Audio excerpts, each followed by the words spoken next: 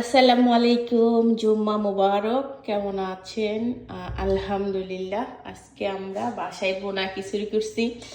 মেয়ে কয়েকদিন থেকে বলতেছে শুধু খিচুড়ি খাবে। আসলে তেমন বাহিরে যাওয়া হয় না, টাইম থাকে না। সপ্তাহে শুক্রবার ছাড়া আমাদের হাতে তেমন টাইম থাকে না। তো নিজেই আজকে বাসার মধ্যে খিচুড়ি বানাইছি। মাশাআল্লাহ, অত বেশি সুন্দর হয়েছে। এই যেটা লেবু পাতা দিয়েছিলাম উপর দিয়ে, আর সাথে আছে গরুর মাংস, আলু দিয়ে ঝুল।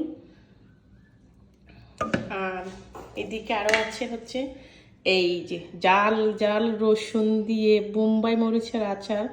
এটা দিয়ে খিচুড়ি খাইতে যে কত মজা হবে দেখছেন নি? মাশাআল্লাহ। এটা আমি যখন বোম্বাই মরিচ অনেকগুলো একদিন বোম্বাই মরিচ আনছিলাম, আর এত জাল ছিল, এখনো আচারটা অনেক জাল।